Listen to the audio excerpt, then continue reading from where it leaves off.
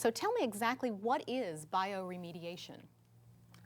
Bioremediation is bio meaning life and remediation meaning to clean up things. That is, we use life forms, i.e. microbes, to eat up and consume contamination and clean it up and make things nice and clean, just as has occurred over the last billions of years on the earth. As microbes have eaten up old tree stumps and everything else, they do the same thing with oil. So basically sorry, go ahead. No, I was going to ask, even with oil that's in the wrong place. The big problem with bioremediation is that it takes some time. And so many people want everything done yesterday, and you can't do that. We have emulsifiers and other surface active agents that in fact will help break up this oil so the bacteria can eat it better, faster, quicker.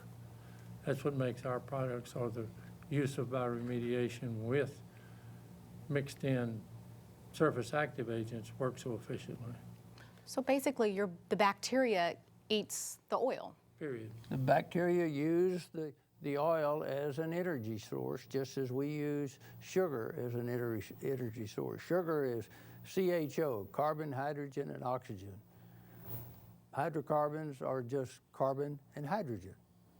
The only difference between the two is that extra oxygen makes sugar available and not poisonous to you and me, whereas the lack of that sugar makes the hydrocarbon poisonous to us. But microbes can eat either one. Okay, staying along the lines of your product, PowerClean, you guys have put together a test. Can you share it with us? Well, we didn't really put it together. What we did was follow the rules for the tests that were required to pass the list, to get the listing by the EPA. And what we did was to go down the list. We applied the exact amount of contaminant, the exact amount of material to break it up, and then we tried to follow all the procedures that were used. When you're talking about bioremediation, there's so many variables that come in. These tests don't take that into consideration, and by that I'm talking about wave action, temperature they talk about. They have specific conditions that you have to pass to, or use to pass the test. That's not that way in nature, but the test is designed to put everybody on the same playing field with the same set of rules, with the same set of everything, so that if you pass it, you're comparing apples to apples and not apples to grapefruit or something else. This is a simulation of an oil spill in the Gulf. We have a 60-gallon tank. We're adding crude oil in proportion to an amount we would suspect would be present in the Gulf, and we have a live fish present.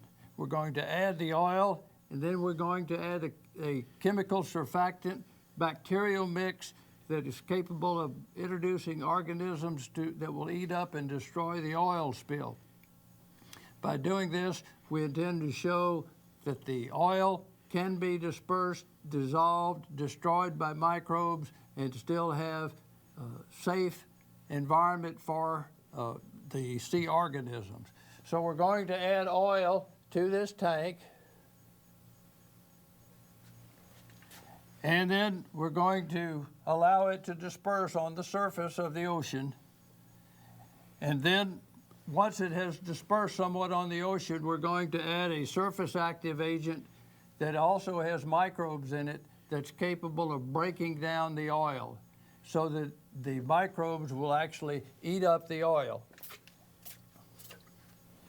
And then once the oil has had time to be dispersed and the oil has, the organisms consume the oil, then we're going to show that survival of marine life is possible, at the same time removing oil from an oil spill in the ocean. To stimulate wave action, we're going to initiate the flow in the aquarium, i.e. turn on the pumps that creates water circulation. This will simulate the wind and wave action on the surface of the ocean. And this also, which will also allow mixing of the surfactant agents and the bacteria to cover the droplets of oil that are present. As the droplets of oil are broken up into tiny droplets, the added microbes are capable of very efficiently dissolving, i.e. consuming and eating up the oil, and therefore removing it from the environment, converting it to carbon dioxide and just more water. So tell me about the test you guys have set up here with this tank. This is a tank containing about 60 gallons of salt water, to which we have added a grouper, which is not exactly the same organism or same living thing that's in the EPA test, but it's set up to duplicate the EPA test so that we can show that the bioremediation will take place and that a living critter can do very well in the environment of the chemicals that we use to clean up actual crude oil, which we added to begin with. The oil has been dispersed and broken up with the surface active agents. We added the microbes. Now we're going to wait and allow the microbes time to consume the oil and clean it up and see how it progresses. At this point, none of us know. We think it will just turn out fine, but none of us know. This is a test and a demonstration of the efficiency of the product and how well it's going to work.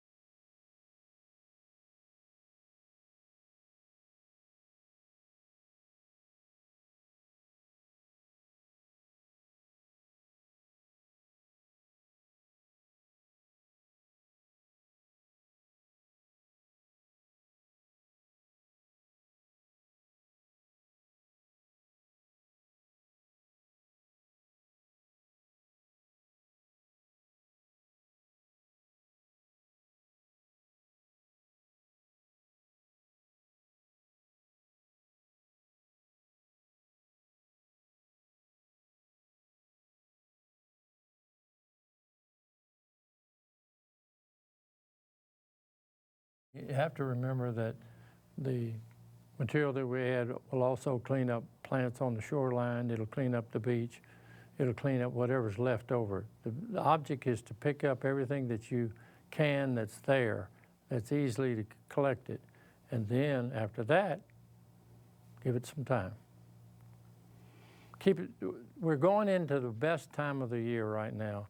That is, it's going to be warm, and microbes do very, very, very, very, very well in warm waters.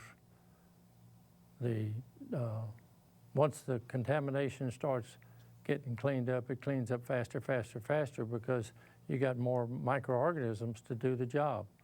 It's just like people. If you get enough food, water, everything that's necessary, cities can't grow without all the utilities and things that they need, plus jobs, plus food, plus all the other things. When they get those conditions right, it's going to clean it up. That shoreline with the oil is plenty of food. With the waves and the wave actions, you have plenty of action. With the surface active agents to break up the oil, to serve it to those microbes, and warm weather, it's going to do just absolutely great. It's not going to clean it up immediately, but it will clean it up very efficiently and completely. There may be some comparison with this type of situation with Exxon Valdez, but just remember, that was cold weather, cold water. The Japanese current that comes up and hits that area up there is cold. It starts out warm, but when it gets there, it's going to be cold. So it takes a while for that group of microbes to get growing to get the job done. It's going to clean up. It'll clean up completely. Now, it's not going to take 10,000 years, but it's going to take a while, but it'll do it.